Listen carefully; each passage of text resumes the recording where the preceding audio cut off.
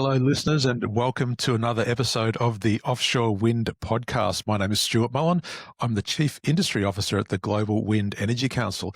And normally at this time, I would be welcoming my co-host, Rebecca Williams, the Deputy CEO of GWEC. Unfortunately, Rebecca is waylaid today. She has to give some opening remarks at an IEA event in France. So I know that she'll be listening intently to this at some stage. But to make up for Rebecca's absence, we have actually a superstar guest on the show.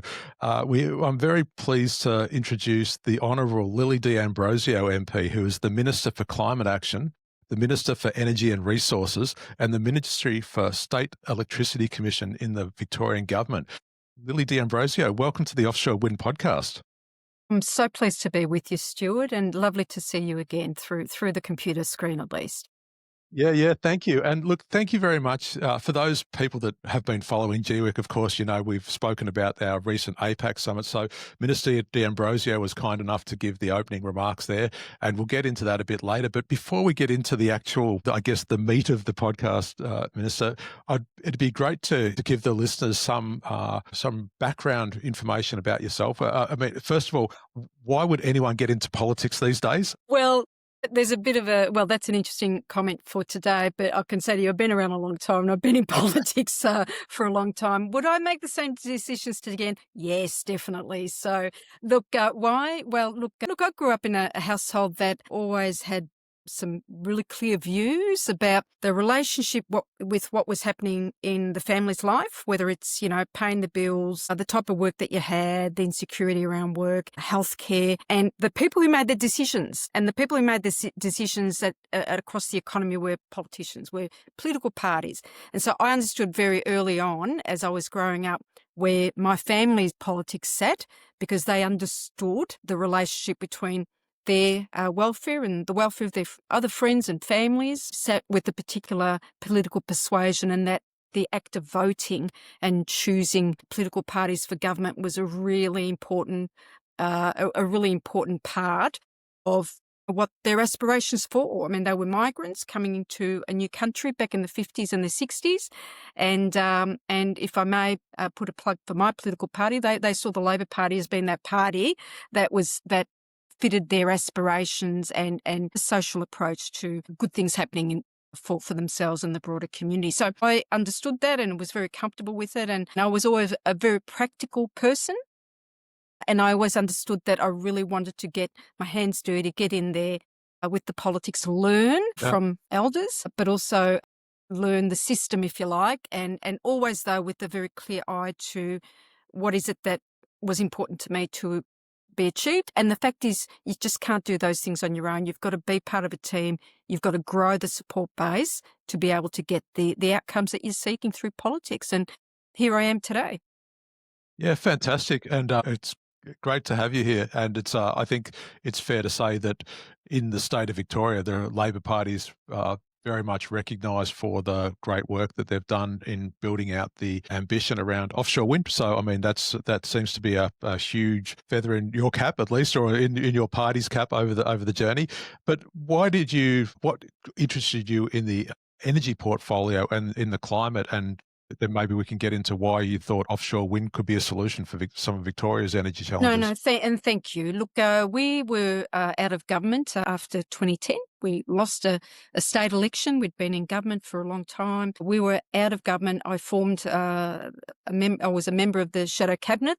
Our opposition leader, Daniel Andrews, at the time, basically said, well, you're going to get energy, you're getting resources, you're getting industry, off you go. And I did. Well, Can I just say that the learning curve was really, really, really steep in terms of energy. I understood industry policy and where we wanted to go, resources also, but energy was just an amazing opportunity. And really, when we think about where we were back then between 2010 and 2014, we were starting already to see quite a bit of discussion happening around transition, aging infrastructure, coal generation, the need to build up more grid. What was that replacement energy going to look like? It was going to cost, and then Solar PV was starting to really take off in the late 2000s. So, and then of course you had the retail side of things, and I won't go too much into the retail side of things, but there was a whole bunch of consumer protections that we needed to deliver, and I understood what that was as we took that forward to the 2014 election.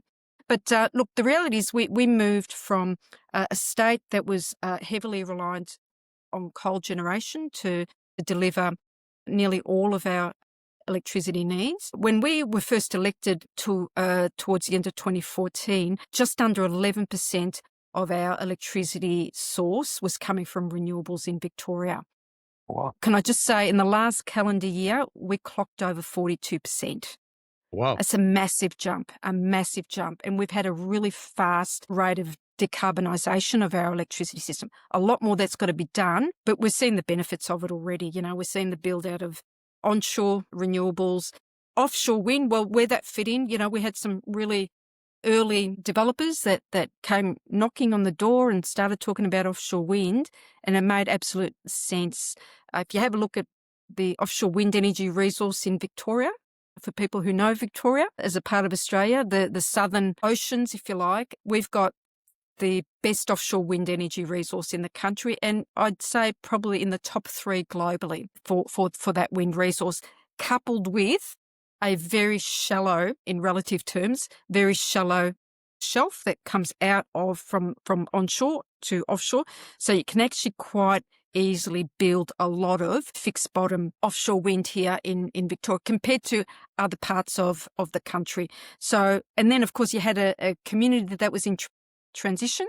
The Gippsland region, heavily reliant on coal for many, many decades, and a lot of skill there, and also, you know, an aspiration, a hope for them to be able to transition to new energy. And, you know, here we are now, a few years later, and we're staring down the first auction that we hope to be able to kick off as soon as possible after this year. Yeah, I mean, GWEC has been following the Australian offshore wind development, well, even before I started. And I've been with GWEC for 4 years now, but I know some of my colleagues were working with the NOPSEMA people or the NOPTA people as well. And so been working with Andy Evans and the Star of the South team for a long time. And so we know those guys, and we were part of those early engagements. So it's really great to see this firming up, because I think that, yeah, one of the things that I'd like to speak to you about is also how do you actually maintain momentum of these things? Because it's fair to say that I think that you guys and you set up this Offshore Wind Energy Victoria as to help deliver offshore wind for Victoria. And I think that the statement plans, or the plans that they announced, they've come out like clockwork on the days that they said that they would come out. So there's been a fair bit of predictability through this, but also one of the things that you have done as a state, you've set some targets in this area, and you've set some expectations for wind capacity. Can you just explain to me why that's been important for you guys? Look, absolutely.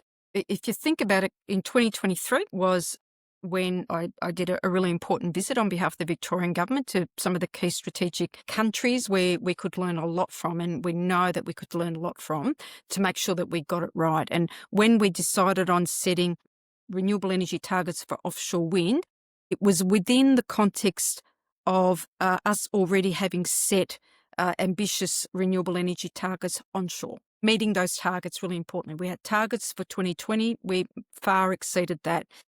We've got a 40% renewable energy target onshore here for this year, 2025. We achieved 42% in the last calendar year, and so on and so on. And we understood that as we built out, and that was really critical for a subnational government to do, because it was about a number of things. One is Victoria's open for business, and it also came at a time where there's ebbs and flows of political parties who run governments, whether it's across the states or nationally, where there was a low tide, really, in terms of renewable energy bills. So we wanted global investors to understand here was a subnational government that actually was serious about targets, not just setting them in legislation, but actually developing up the programs and the regulatory environment to actually make sense and be an attractive place to invest. So that's why we've seen that massive jump from just under 11% to 42% renewables now. So we understood the value, therefore, of doing targets for offshore wind.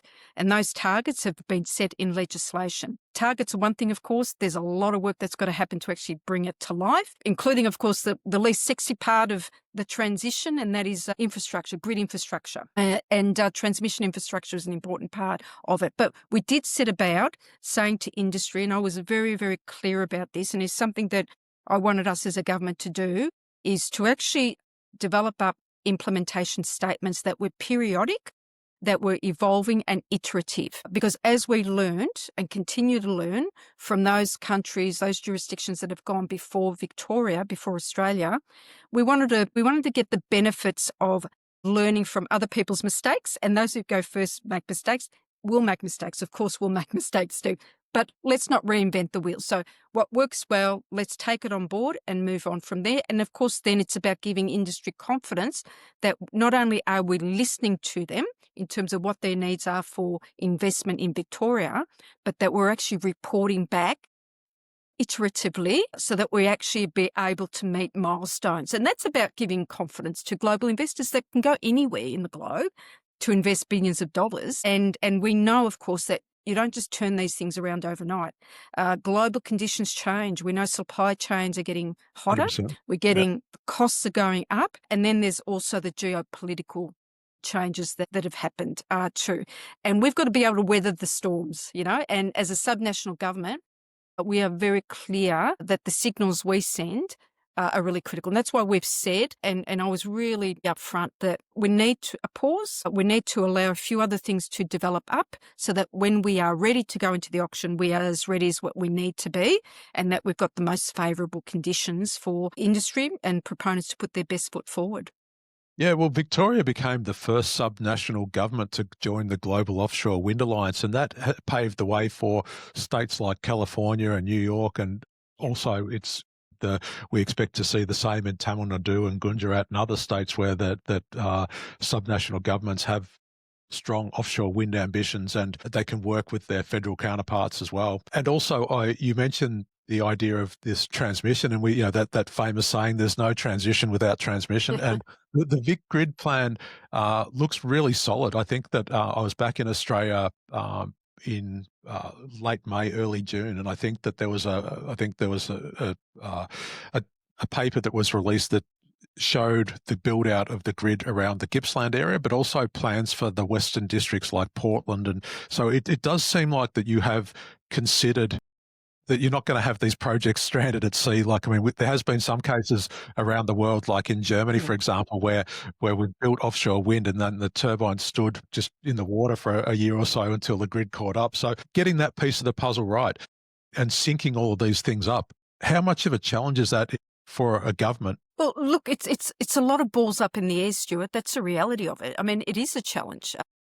I won't punish you, but I've actually got a massive flow chart which we call swim lanes. It's an internal document that says all of these things need to happen by X date, whether it's small scale renewables, whether it's commercial scale, whether it's batteries, whether it's storage, whether it's transmission, whether it's whatever else, and all of the regulatory changes that need to take effect and the investment decisions that need to be made for us to get to whatever our targets are.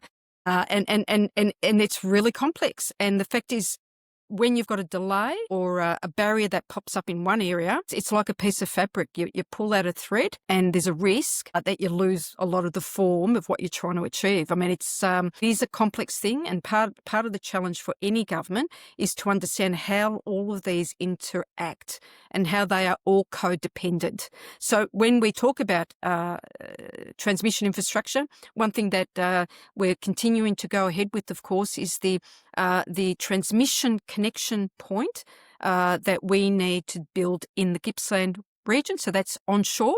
That will be a dedicated line for offshore wind energy coming in onshore in Gippsland and then going straight into the transmission hub, which is in the Latrobe Valley. Now, the invitation to tender will be released shortly, because we've just got to get on and make sure that we've got that transmission connection in place.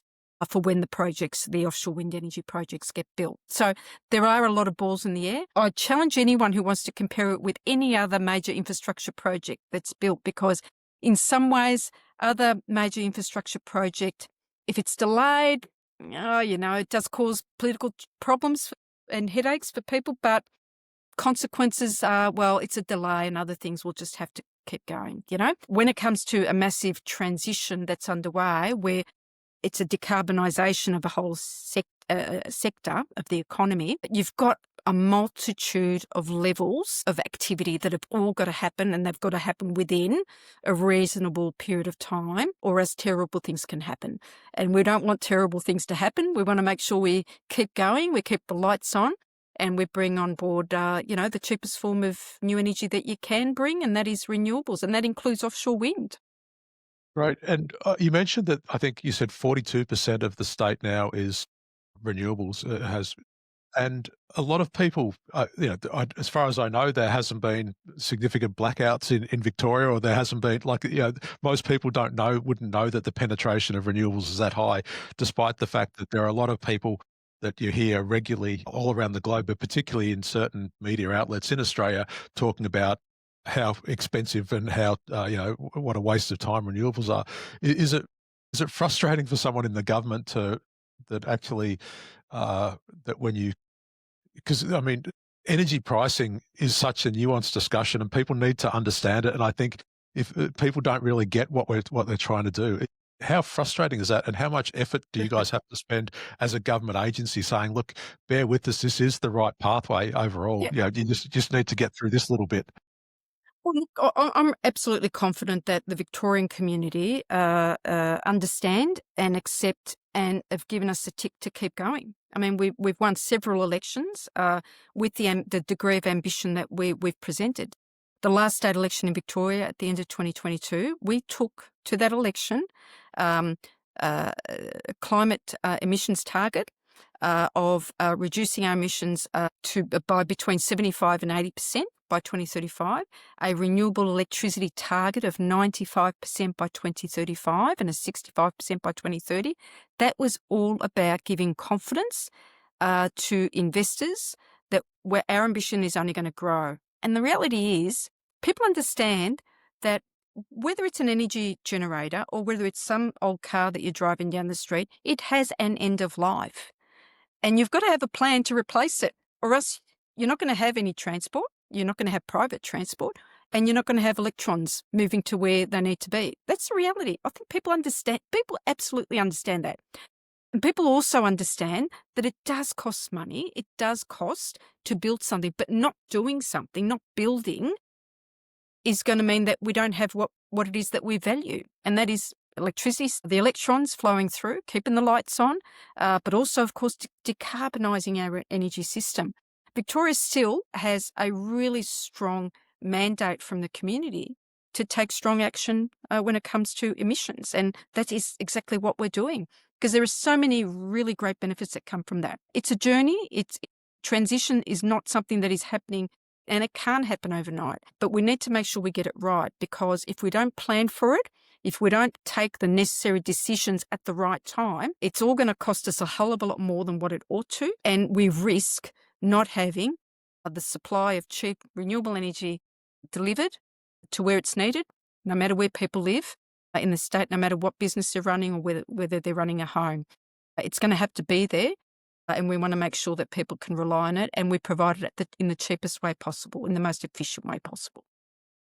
Yeah, so just on that, and you mentioned that it was really important for you guys to come out with, to have that time and, to have the cadence between announcements and that iterative announcements along the way to be able to bring in those lessons learned. I guess it's fair to say that when we had the APAC summit, everyone was very much looking forward to your opening remarks. There's a lot of nervous anticipation about what's going to come out around the auctions, etc. And then, unfortunately, you had to announce that you were going to delay the auctions. That must have been a pretty hard decision for you guys to make under the circumstances. Can you take us through a little bit of the thinking about why it was necessary at this particular time?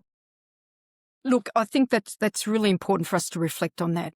So we start from the point where, and for those people who live outside of Australia understand that our system of government is a federated system. So there are various regulatory approvals that are delivered by a state government. There are regulatory approvals that are reliant on Commonwealth governments. So when you think about the fact that where offshore wind is situated, and where it will be situated in all parts of Australia, it will be in Commonwealth waters rather than state waters. So what that means is that a set of regulatory approvals need to be delivered by the Commonwealth government because they're in Commonwealth waters. Now, we saw that there was some delays in the issuing of feasibility licences, and so there were some delays there by the Commonwealth. There are also some discrepancies in terms of overlapping areas where, that there was some difficulties in unlocking that. Yeah, that's right. Then we also had a requirement for our preferred port. And what we understood globally is that not only did we need to bring to an auction what is the answer to the missing money, the gap, to make projects feasible and be able to compete in an auction successfully, at least have a successful auction, we also needed to explain and provide for transmission. Is transmission going to be there when it needs to be? We did that as a Victorian government. In terms of port infrastructure, we identified our preferred port, which was the Port of Hastings. Now, unfortunately, with Commonwealth approvals, the Port of Hastings was rejected by the previous Commonwealth Environment Minister. Now, I won't go into my picking that decision, except to say that it is what it is, which meant that we lost at least 12 months in the process for identifying and having a port ready to go. Now, can I just say, 18 months later, we've now got the new Commonwealth Environment Minister having allowed the revised plan for the port at Port of Hastings. It's now been allowed to go to the next stage, which is terrific. So now it needs to still go through an approvals process, environmental effects statements, but it's gone through the first post, which is terrific. Then there were a series of Commonwealth regulations around how they were to collect data to comply with environmental laws. There was a delay there of about 12 months. So when you think about all of the delays that we've been faced with for our auction, I can say to you, hand on heart, almost every single month of delay that has been caused here in Victoria has been because of Commonwealth actions and approvals processes. Anyway, we keep working with the Commonwealth Government. For some proponents that were ready to go to an auction, I say to them, be patient. We're coming back at the end of the year. But for those, though, that were probably later starters, it'll afford them, for some of them, more time to be able to do their studies, their analyses of environmental conditions and the like.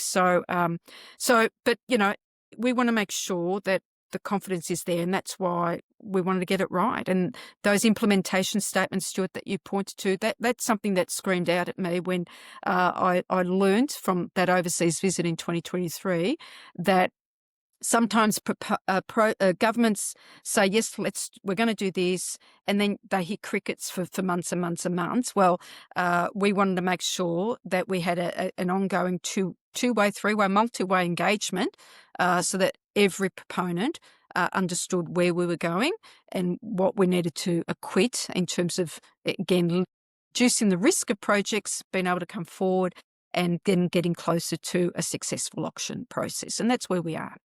Yeah, and I guess the port piece is a challenge everywhere.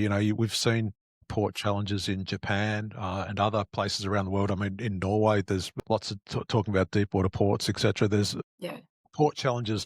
It's one of those things that it's a perennial issue in offshore wind, is making sure that the ports are suitable for offshore wind. And also, as the turbines get larger and larger, then of course, you need more reinforcements and more quayside reinforcements and larger loading places, etc.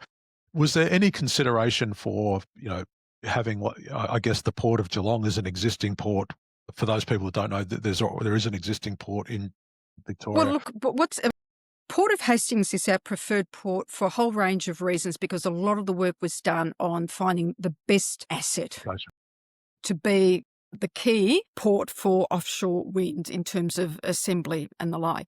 And that remains the case by far. That's not to say there won't be a role for a number of ports across our state to be able to deliver certain parts of the build or indeed even maintenance potentially. So it's not the case that it will only ever be one port, but it is the key principal port that we continue to favour. And I am actually very pleased that it has been able to go to the next stage of the environmental approvals process. So we augur it well, we wish it well.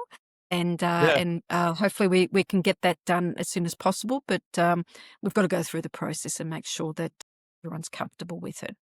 Sure. And the Port of Hastings actually participated in the APAC summit. And I know they met with some of the delegations from both the Philippines and Vietnam that we had there. And those delegations left very impressed with what was going on down there as well. So I guess, it's just a matter of time to make sure these things get right, go right. The one thing that I would like to understand, though, is that Victoria is moving into or the state government is moving into an election year next year, and I guess there is a fear within the offshore wind community is that if we don't get the auctions away by the time we move into election cycle, then having a sort of an open infrastructure project that is in the state of Victoria that is uncertain is probably not going to be a great election issue. What's the consideration there? I guess you guys are acutely aware of that timing, but is there any, maybe it's too early to say, is there any doubt that this won't get done before the election? Look, I'm not thinking about it in these terms at all, Stuart. What I'm thinking about is the fact that, we've made a commitment to come back to the sector at the end of the year with what the next steps. And as far as I'm concerned, we want to get this done as quickly as possible. We really do. We know how important this is to our state. It's not a luxury having offshore wind. It's actually a really essential part of the transition. If you have a think about, and can I also remind everyone that, and this is the case no matter where offshore wind is built, that you still need to continue to build onshore. So whilst we have got our targets offshore, that still is to be complemented by a continuation of building onshore, whether it's wind and solar and of course backup with storage technologies. And there also will continue to be a role for peaking gas, and that's important too. So for us, it's really important that we do this, because if we didn't go ahead with offshore wind, we would need to triple the rate and what we needed to build onshore to what we're already doing. So people who know Victoria know that it's a very populous state. It's the second most populous state in the country, and also the landmass is not as big as some other parts, some other states. But also it means that you've got to build in even more transmission than what you otherwise would need to build, and so on and so on. Offshore wind makes a lot of sense in Victoria for a whole range of reasons. I mentioned some of those earlier in terms of the fantastic wind resource offshore that we've got, the best in the country, our shallow waters in that part of where offshore wind can be built. And of course, there's other issues about you can't not build. Yeah. If you don't build offshore, you've got to be able to build its replacement multiplied by 3 onshore. Yeah, and it just makes perfect sense. Like the Gippsland area in particular makes perfect sense. You've got, huge generating capacity that is relatively easy. I know it's a challenge for government. It's easy to say that, but it's relatively easy to get it back to the load centre where it's being used. So, I mean, and people don't understand perhaps that offshore wind, it really is baseload energy. Like it really can provide that level of baseload energy, particularly around the system stuff. So, I mean, everyone that listens to this podcast probably knows that because we're singing to the choir here. But I mean, it's an important point that shouldn't be missed. I think you're absolutely spot on, Stuart. And you remind me about massive pumped hydro projects. This is our version of a massive pumped hydro project. Yeah. It's energy that is there all the time. It's constant supply, and that's really important. Absolutely, really, really critical. The less where we can go offshore to grab that that energy that is not as intermittent as it is onshore, then there's so many multiplying benefits that come from that. So we're very excited by it. And can I just say that this is a really important transition piece for people in the Gippsland region. Globally, people may not be familiar with the fact that Victoria has been the country's cheap energy hub for decades. And that was on the back of cheap brown coal, lignite. that was powering our generators. And those generators that 100 years old, they underpinned electricity supply not just for Victoria but into New South Wales and South Australia, other states. And they also underpinned a really favourable economic environment for developing manufacturing in our state because of the cheap electricity. People sometimes forget that in the conversation.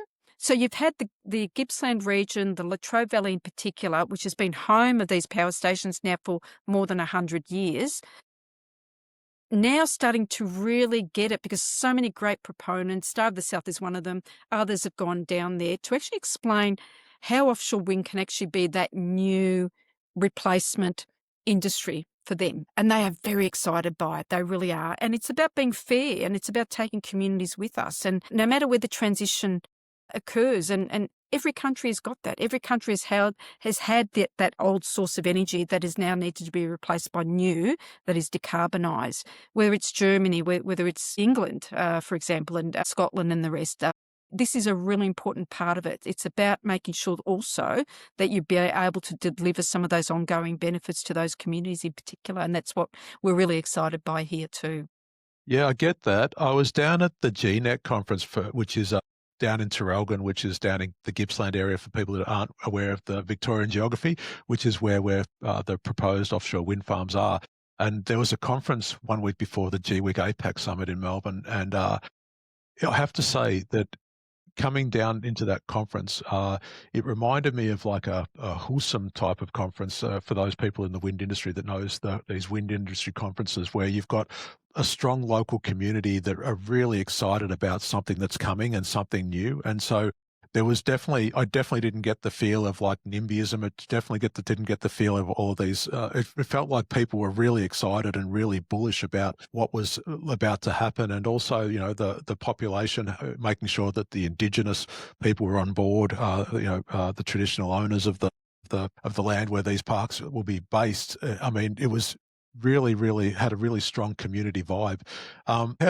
How do you deal with the communities when you have to announce like a minor delay in an auction? Did you get any feedback from them around that, and how do you work through that? Yeah, look, of course, but can I just say though that it's not just the big thing at the end, right? That we're focused on. It's all of the things that we're doing to help get communities ready. So we've got commitments around establishing a wind worker training centre that's out to tender right now. We've also helped to fund some really important research work that's involved some of the proponents of offshore wind, some of the tertiary institutions in the Latrobe Valley and the Gippsland area to actually map out for those people who work in the mines there in the generation area, all of the jobs that are needed in offshore wind. There's a whole variety of jobs, and the transferability of jobs from old energy to the new energy, and any training gaps, right? And some of those training gaps are bigger than others, depending on where you are now and where you'd like to be. And it actually starts to paint a picture of communities and families and workers to understand where they potentially can fit into the transition in a really personal way, and then making sure that we've got those training opportunities that are available in their community to be able to give them the choices and to be able to come along for the journey in a very, very productive way. So that continues. Our skills minister has put a lot of effort into developing up those new training places in the Gippsland region, with funding, backed up with real funding.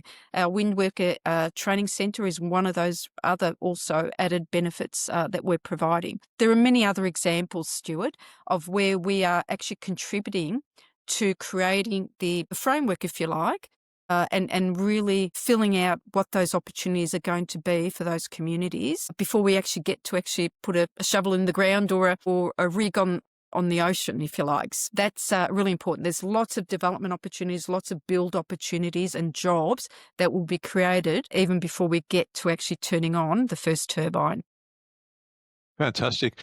I know we're almost out of time, but just before we let you go, I'd like to get your thoughts around the supply chain. I mean, you're talking about skills now, but What role would you like to see Victoria play in the global or at least the regional wind supply chain, or maybe even an Australian wind supply chain? How are you looking at Victoria's role there? Really important, Stuart. And can I just say that here in Victoria, we've established a task force, if you like, around energy, which is really focused around how do we fit in to a regional setting, if you like? What is it that Victoria can provide? What is it that other parts of our country can provide to what will be? And it's starting to fill out already now, because I met with the Philippine Minister for Energy, and her plans are just phenomenal in terms of what her aspirations and what the country's steps now are towards, filling out some of their energy needs with offshore wind. So, and we talked about the practical things that we can do, collaborating on, that can actually be more efficient, but also share in those benefits of the supply chain being developed up. So really start to see this grow into something really robust in our broader region here in Australia. And I think the sky's the limit with this thing, really. I mean, where we can share resources is really important, where we can share the skills and the knowledge and the supply chain will mean that these projects can be built more efficiently, at the cheapest way possible, and on time. And ultimately, that's what we need to do. Look, it's so fantastic to hear that the Victorian government is very much open for that collaboration and understanding you have a role to play in a broader picture, because this is really the key to unlocking this. We talk about the supply chain challenges, and I get that for many governments that you want to see a economic return, but we've seen local content rules be very prescriptive.